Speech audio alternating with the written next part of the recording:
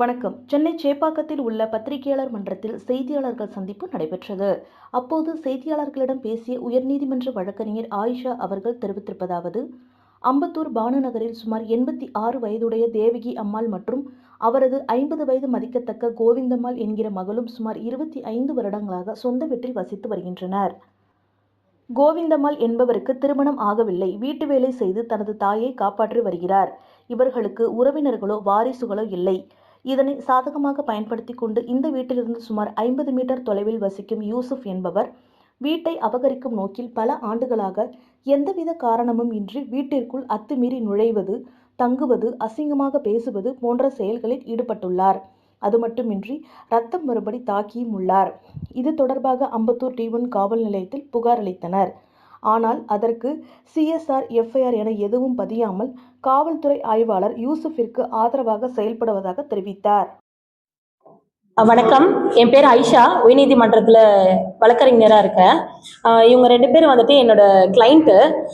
இவங்க பேர் வந்துட்டு தேவிக்கு அம்மா, இவங்க வந்துட்டு கோவிந்தம்மாள். இவங்களுக்கு ஒரு 86 வயசு இருக்கும், இவங்களுக்கு ஒரு 52 வயசு இருக்கும். இவங்க வந்து அம்பத்தூர் பான் நகர்ல இருக்காங்க, புதூர்ல இருக்காங்க. சரிங்களா? இவங்க வந்து ஒரு 25 வருஷமா அந்த ஏரியால இருக்கிறாங்க, அந்த வீட்டுல இருக்கிறாங்க. அது அவங்களோட சொந்த வீடு தான். சுமார் வந்து 15 லட்சத்துல இருந்து ஒரு 17 லட்சம் வரைக்கும் அந்த வீடு ஒரு வேல்யூ. அவங்க வீட்டுல இருந்து ஒரு 50 மீட்டர் தூரத்துல வந்து யூசுப்ன்ற ஒருத்தர் இருக்காரு. அவர் என்ன பண்றாங்கன்னா, லேண்ட் கிராபிங்ல இவங்களோட சண்டைக்கு போறாரு. அந்த இடத்த வந்து அபகரிச்சுக்கணும் அப்படின்ற மோட்டிவ்ல இவங்க கிட்ட வந்து எப்ப பார்த்தாலும் பிரச்சனை பண்றது. அதாவது இவங்க வயசானவங்க, இவங்களுக்கு கல்யாணம் ஆகல, இது வரைக்கும் கல்யாணம் ஆகாம அம்மா கூடயே இருந்துட்டு இருக்காங்க. அப்படின்னு இருக்கும் போது துணைக்கு யாரும் இல்லை, எந்த ஒரு கேப்பாருக்கு யாரும் இல்லைன்றதுனால அவங்கள எப்ப பார்த்தாலும் மிரட்டுறது, ஏதாவது ஒரு டிஸ்டர்பன்ஸ் கொடுக்கறது, அந்த மாதிரியே வந்துட்டு இருந்துச்சு ரீசெண்ட் டேஸ்ல. இது எப்படி போய் முடிஞ்சிருச்சுன்னா ஒரு அடித்தடி சண்டையா முடிஞ்சிருச்சு. இவங்க வந்து வயசானம்மா, இவங்க வந்து வேலைக்கு போயிருக்காங்க. இவங்க வயசானவங்க வீட்டு வாசல்ல உட்கார்ந்து இருக்காங்க. அப்ப ஏதோ பள்ளம் நோண்டி இருக்காங்க போல, அவங்க வீட்டுக்கும் இவங்க வீட்டுக்கு இடையில. அந்த பள்ளம் நோண்டது ஏன் நோண்டுன அப்படின்னு இவங்க கேட்க போக அது ஒரு வாய் தகராறு ஆகி இவங்களை தள்ளி விட்டுருக்காங்க. தள்ளி விட்டதுல இவங்களுக்கு பிராக்சரு, உடம்புல நிறைய அடிலாம் பட்டு இவங்க வந்து ஹாஸ்பிட்டல் அட்மிட் ஆயிருக்காங்க. ஏன்னா வந்து இவங்களுக்கு வந்து இவங்க அந்த இஷ்யூஸ்க்கு அடுத்து திருப்பியும் இந்த ஹாஸ்பிட்டல்லாம் போயிட்டு வந்ததுக்கப்புறம் திருப்பி ஒரு பிரச்சனை இல்லை, இந்த அம்மாவை வந்து அடிச்சு இந்த மாதிரி ஆக்கியிருக்கிறாங்க. சரிங்களா? இந்த மாதிரி ஆக்கியிருக்காங்க. இவங்களும் ஹாஸ்பிட்டலுக்கு போறாங்க. ஹாஸ்பிட்டல் போய் AR போட்டிருக்கு. ARக்கு எந்த ரெஸ்பான்ஸுமே கிடையாது. ARக்கு எந்த ரெஸ்பான்ஸ் இல்லை. இவங்க போய் தனியா கம்ப்ளைண்ட் கொடுத்திருக்காங்க. அந்த கம்ப்ளைண்ட்டுக்குமே எந்த ஒரு ரிப்ளையுமே கிடையாது ஸ்டேஷன் சைட்ல இருந்து. D1 Ambattur station. சரிங்களா? அப்புறம் இவங்க கொஞ்ச நாள் இருக்காங்க வீட்டுல. அவங்க திருப்பியும் ப்ராப்ளம், யூசுப்ன்றவரு இவங்க கிட்ட ப்ராப்ளம்க்கு வந்துகிட்டே தான் இருக்காங்க. இவங்க 2 பேருக்குள்ளே சண்டைகள் போயிட்டு தான் இருக்குது. இவங்க என்ன பண்றாங்க, ஸ்டேஷன்ல வந்து கம்ப்ளைண்ட் எடுக்கலன்னு சொல்லிட்டு ஹியூமன் ரைட்ஸ்க்கு போலாம், நியாயம் கிடைக்கும்னு சொல்லிட்டு இவங்களுக்கு ஒரு அட்வைஸ் கொடுத்தது மூலமா போறாங்க. ஹியூமன் ரைட்ஸ்க்கு போறது இவங்க தெரிஞ்சுட்டு என்ன சொல்றாங்கன்னா, அந்த ஆப்போசிட் பார்ட்டி போலீஸோட சேர்ந்துட்டு, அதாவது போலீஸ் வந்து முழுக்க முழுக்க யூசுப்ன்றவருக்கு சப்போர்ட் பண்ணிருக்காங்க, பேக் சப்போர்ட்டா இருந்திருக்காங்க. சோ என்ன பண்ண, ஏன்னா இவங்களுக்கு ஒரு மெயினான மோட்டிவ் எல்லாருக்குமே என்னன்னா அந்த லேண்ட் தான், அந்த இடம் தான். சரிங்களா? ஏன்னா இவங்களுக்கு அடுத்து யாரும் வாரிசு இல்லை அப்படின்றதுனால. சோ அந்த போலீஸோட ஹெல்ப் மூலியமா இவங்க வந்து எங்கேயுமே, அதாவது கமிஷனர் ஆபீஸ்ல கம்ப்ளைண்ட் கொடுக்கவோ, ஹியூமன் ரைட்ஸ்ல போலீஸ் வந்து எங்க மேல ஆக்ஷன் எடுக்கலன்னு சொல்லி கம்ப்ளைண்ட் கொடுக்கவோ, எதுக்குமே வந்து இவங்களை போக விடாம எல்லாத்துக்கும் தடுத்திருக்கிறாங்க. சரிங்களா? யாரு தடுத்திருக்கா அப்படின்னா, இன்ஸ்பெக்டர் தில்லி பாபு, அம்பத்தூர்ல. இவங்க எல்லாத்தையும் பிரச்சனைகளையும் கிராஸ் பண்ணி வராங்க, போலீஸ் ஸ்டேஷனுக்கு போறாங்க. போகும்போது போலீஸ்க்கு மூலியமா இவங்களுக்கு வந்து த்ரெட்டனிங் வருது அப்படின்ற மாதிரி சொல்றாங்க. அடிக்கிறாங்க, எங்களை வந்து லேடி போலீஸ் அடிக்கிறாங்க, எங்களை வந்து ஒரு மரியாதையாவே நடத்த மாட்டேங்கிறாங்க. கம்ப்ளைண்ட்டுக்குன்னு போனா எங்களை கிண்டல் கேலி பண்ணிட்டு எங்களை வெளியே வந்து விட்டுடுறாங்க. வெளியே வாங்க, நீங்க வந்து நாளைக்கு வாங்க, அந்த மாதிரி வாங்க, ஒரு டைம் கேப்ஸ் சொல்லிட்டு இவங்களை வர சொல்லிட்டு அந்த கேஸ் வந்து ஒரு விஷயமாவே எடுத்துக்க மாட்டேங்கிறாங்க. இந்த அம்மா வந்து அடிச்சிருக்காங்க இல்லையா, அதை போய் வந்து இன்ஸ்பெக்டர் கிட்ட சொல்லும் போது இன்ஸ்பெக்டர் வந்து சிரிச்சிருக்காரு. சிரிச்சுட்டே பதில் சொல்றாரு, அடிக்க தானே செஞ்சாங்க, ஒன்னும் ஆகல, உயிருக்கு எதுவும் பாதிப்பு இல்லைல்ல அப்படின்னு சொல்லி ஒரு கேலியா, அதை கேலி கிண்டெல்லாம் செஞ்சுட்டு இவங்க வந்து அப்படியே அவாய்ட் பண்ணிட்டு இருக்காங்க. சரி, என்ன பிரச்சனை வந்தாலும் அது பரவாயில்ல, ஏன்னா சார் இவ்வளவு பெரிய காயம் ஏற்பட்டிருக்கு, அவங்க மன ரீதியா ரொம்ப வந்து பாதிக்கப்பட்டிருக்காங்க. எந்த ஒரு இதுக்குமே போலீஸ் வந்து ஆக்ஷனே எடுக்கல. அதுதான் வந்து அலிகேஷன் மெயினாவே. போலீஸ் வந்து இதுக்கு அவங்களுக்கு உடந்தையா இருந்து எந்த ஆக்ஷன் எடுக்கல அப்படின்னு சொல்லி.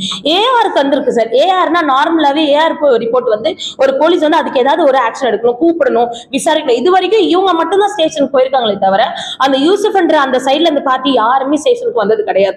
இது ஒரு இஷ்யூவாவே யாருமே எடுக்கல, கன்சிடரேஷனே இல்ல. எஃப்ஐஆர் போடுறேன்னு சொல்லி இருக்கிறாங்க இவங்க வந்து, எஃப்ஐஆர் நாங்க போடுறோம், ஆக்ஷன் எடுக்கிறோம்னு சொல்லி இவங்களை அமுச்சு விட்டுறது. ஆனா எஃப்ஐஆர் போடல, எந்த ஒரு ஆக்ஷனும் எடுக்கல. கடைசியில என்ன ஆச்சுன்னா, இவங்களை இது எது பண்ணாலும் இவங்க அங்க போறாங்க இங்க போறாங்க இதெல்லாம் செய்யறாங்களேன்றதுக்காக இவங்களை பிளாக் பண்றதுக்காக இவங்க 2 பேருமே வந்து மென்டலி சிக் அப்படின்னு சொல்லிட்டு இவங்களை வந்து மென்டல் ஹாஸ்பிட்டல்ல போலீஸோட உதவியில போய் ஜாயின் பண்ணி விட்டுறாங்க. சேர்ந்துட்டு அது அந்த 1.5 மாசம் கழிச்சு திருப்பி வராங்க, திருப்பி போராடுறாங்க. அவங்க திருப்பி வந்ததுக்கு அப்புறமா யூசுப்ன்றவர் என்ன பண்றாங்க, இவங்க வீட்டு வாசல் நிற்கும் போது கல்லு தூக்கி இவங்க மேல அடிக்கிற, அதுக்கு எல்லாமே இவங்க கிட்ட வீடியோ இருக்கு. ஆக்சுவலி இந்த வீடியோ இருக்கு இல்ல சார், இதுக்கு முன்னாடி இவங்க அந்த பிசிக்கலி மென்டலா அஃபெக்ட் ஆயிருந்திருக்காங்க, அதுக்கு ஏஆர் இருக்கு, எல்லாமே இருக்கு. அது முன்னாடி வீடியோ எடுத்து வச்சிருந்திருக்காங்க இவங்களோட மொபைல்ல.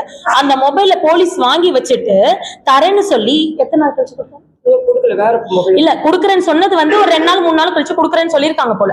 குடுக்காம இவங்க அந்த ஹாஸ்பிட்டல் இருந்து போயிருக்காங்க இல்லையா, ஏன்னா அவங்க ஹாஸ்பிட்டலுக்கு அனுப்பிட்டாங்க. அதுக்கப்புறம் வரும்போது அவங்க போனை கொடுக்காம வேற யாரோட போனையும் கொடுத்துருக்காங்க ஸ்டேஷன்ல இருந்து. இவங்க போனும் இல்லாம அவங்க கான்டாக்ட் யாரெல்லாம் கான்டாக்ட் பண்றாங்களோ இவங்களுக்கு எந்த ஒரு இதுவுமே இல்லாம போயிடுச்சு. அவங்க என்ன சொல்றது, இந்த அம்மா வந்து ரொம்ப கஷ்டப்பட்டு ஏதோ வீட்டு வேலை செய்யறேன்னு சொல்றாங்க. வீட்டு வேலை செஞ்சுதான் இவங்களையும் பாத்துக்கிறாங்க அவங்களையும் பாத்துக்கிறாங்க. அந்த வீட்டுல தனியா 2 லேடிஸ் இருக்காங்க. எந்த ஒரு சேஃப்டியும் இல்ல. போலீஸ் தான் ஆக்சுவலி வந்து லேடிஸ்க்கு ஒரு சப்போர்ட்டா இருக்கணும். அந்த போலீஸே வந்துட்டு சப்போர்ட்டா இல்லாம இவ்வளவு நடந்திருக்கு இவங்களுக்கு. இத பார்த்தாச்சு இவங்களுக்கு ஏதாவது ஜஸ்டிஸ் கிடைக்கணும்னு சொல்லிட்டு தான் நாங்க இவ்வளவு தூரம் வந்திருக்கோம். அதன் பின்னர் அம்பத்தூர் D1 காவல் நிலைய ஆய்வாளர் பரிந்துரையின் பேரில் வஞ்சக எண்ணத்துடன் தேவகி என்கிற மூதாட்டி மனநலம் பாதிக்கப்பட்டவர் என்று கீழ்ப்பாக்கம் மனநல மருத்துவமனையில் மனநோயாளியாக அனுமதிக்கப்பட்டுள்ளார். பிறகு மகளிர் அமைப்பின் மூலம் அவரை மீட்டு காப்பாற்றியுள்ளனர். ஆகவே தேவகி கோவிந்தம்மாள் ஆகிய இருவரையும் மன உளைச்சலுக்கு ஆளாக்கிய யூசுப் அம்பத்தூர் D1 காவல் நிலைய ஆய்வாளர் மீதும் தக்க நடவடிக்கை எடுக்க வேண்டும். மேலும் யூசுப் மீது முதல் தகவல் அறிக்கையை பதிவு செய்ய வேண்டும். மனதளவிலும் உடல் ரீதியாகவும் பாதிப்பிற்கு உள்ளான இருவருக்கும் பாதுகாப்பு அளித்திட வேண்டும். இது தொடர்பாக செய்தியாளர்களை சந்தித்தேன் என்று அவர் கூறினார்.